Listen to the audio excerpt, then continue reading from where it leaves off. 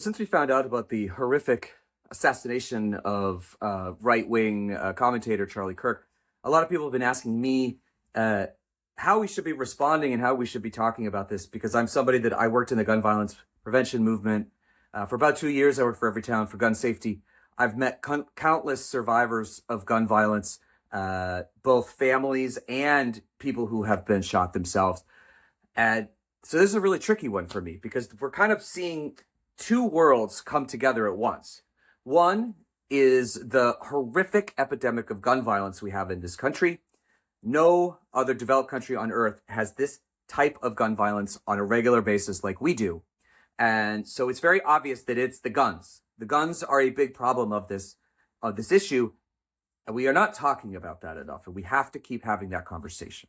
The second thing that's maybe even more disturbing is the rise of a right-wing echo chamber in which they pump out really, really dangerous and really, really aggressive content to their audiences. And you could probably see it yesterday, where they all immediately started to blame Democrats and the left for being the hateful, rageful group of people in this country.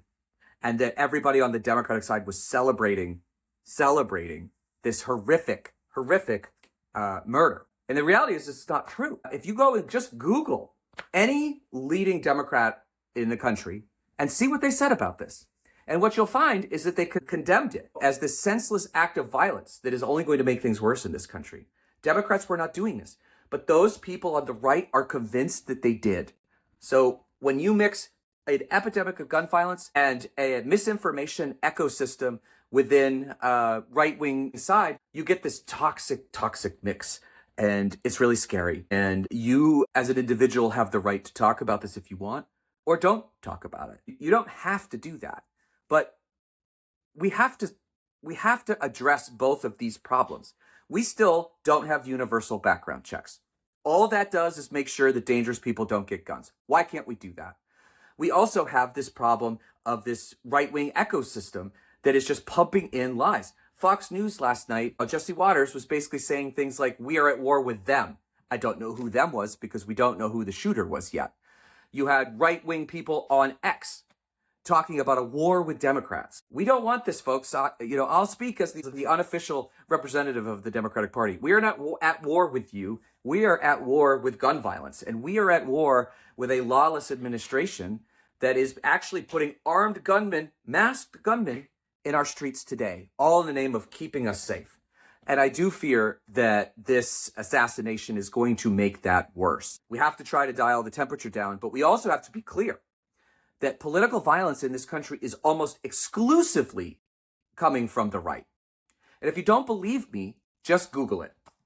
And when some right-wingers came at me with that last night, I said, just Google it, and they disappeared. Because the reality is, it's true. There is very, very, very little left-wing political violence in this country.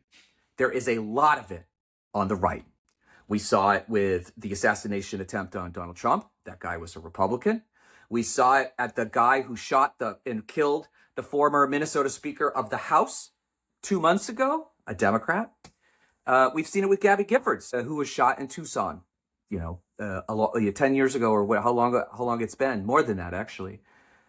And we have to be clear about this. And we cannot let them take this narrative and say that the left is causing this problem. The left is not causing this problem.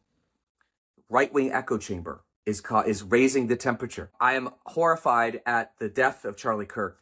But Charlie Kirk was a perpetrator and an aggressor in ramping up this political violence message. So two things can be right at the same time. We can be saddened by the senseless murder of a human being and also condemn all of the things that person believed in. They pushed horrific lies about people of color. He pushed horrible lies about gun violence. All of these things. And we should be able to talk about that, and we can't talk about it. So I don't really have much else to say other than we cannot let them take this narrative, because it's not true. And we have to find ways to pierce that echo chamber on the right, which is part of the reason why we have started the Find Out podcast, to have these conversations so people could hear these long-form conversations. We have a pod that's out today. We talk about this, and we talk about the dangers that are coming and what we need to do to try to keep us all safe. This is a dark time in this country, and we have to stick together. We have to be clear that the political violence is almost exclusively on the right, and we have to do something about gun violence before it affects us next. Because if this keeps going, it will affect all of us.